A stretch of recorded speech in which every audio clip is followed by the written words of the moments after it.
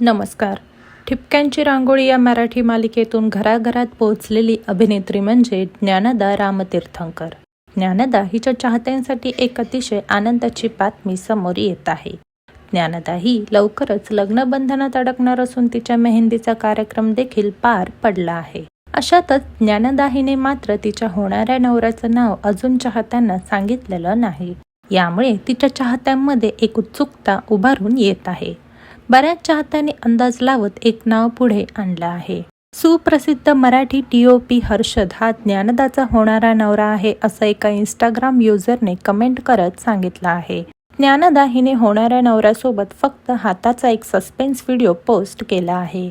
या व्हिडिओमध्ये नवरदेवाच्या हातात असलेला कडा हर्षदच्या जुन्या फोटोजमध्ये देखील दिसून येत आहे. यामुळे हर्षद हाच ज्ञानदाचा होणारा नवरा आहे असं चाहत्यांनी अंदाजे सांगितलं आहे. हर्षद हा एक नावाजलेला DOP आहे. तर तुम्हाला ज्ञानदाचा अभिनय आवडतो का ते कमेंट्समधून सांगायला विसरू नका. धन्यवाद.